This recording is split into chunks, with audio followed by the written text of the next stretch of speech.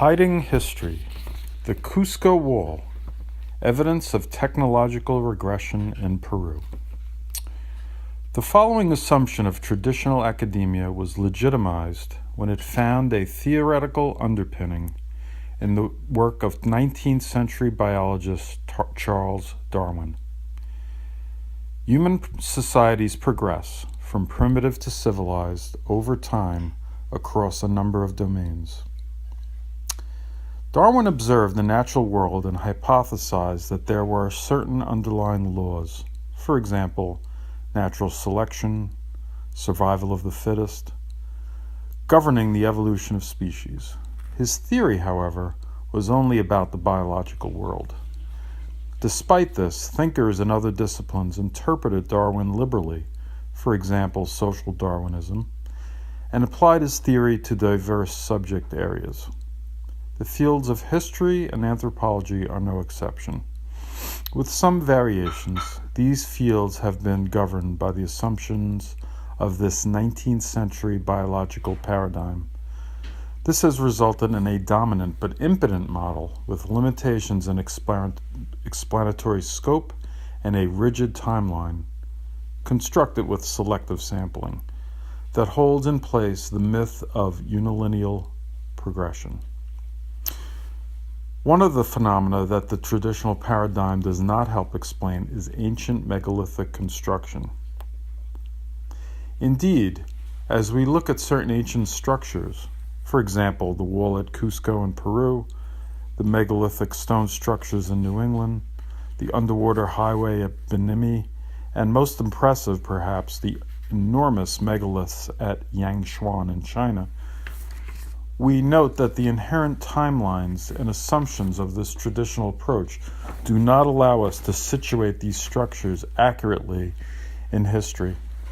The ancient stone structures of New England, for example, are attributed to colonists. But the colonists left no record of this type of construction, nor did they ever demonstrate these capabilities elsewhere. Further, to follow through and understand the implications of the advanced engineering as well as the astronomical and geometrically oriented construction of these megalithic structures is beyond the scope of this traditional cultural evolutionary paradigm. The wall in Cusco. In historical Cusco, Peru, there are stone walls built with different styles. One style contains megalithic granite stones forming interlocking polygonal shapes.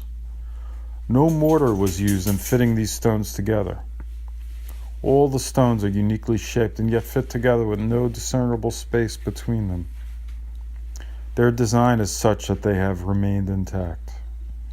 Experts have spoken at length about the advanced masonry of these walls and the advanced technology that is implied by their construction. We had told these megalithic walls were built by the Inca. According to many sources, however, the Inca themselves said the walls were already there. Similar walls appear throughout the world. These other constructions predate the Inca by many centuries.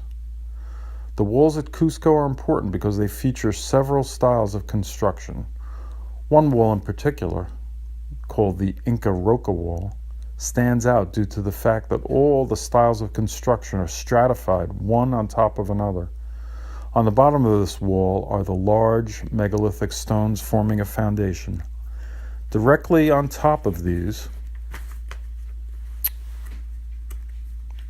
are parts of the wall that some historians believe the Inca built.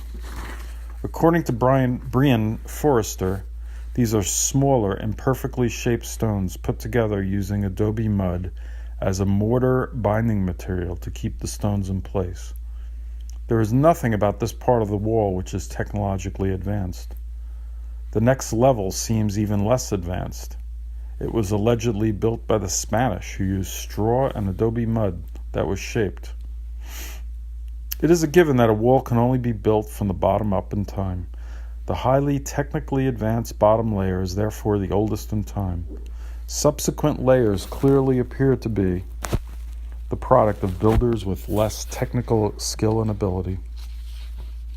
The wall at Cusco is one of the many challenges to this Darwinian-based assumption that we should witness technological progression over time. Innumerable out-of-place artifacts and long-buried underwater cities built with incredibly advanced technology are two that stand out. Archaeology, history, and anthropology need to discard, supplement, or revise a paradigm that fails to provide an adequate chronological and interpretative framework to the theoretician. Thank you for watching. Please like and subscribe our channel, Hiding History.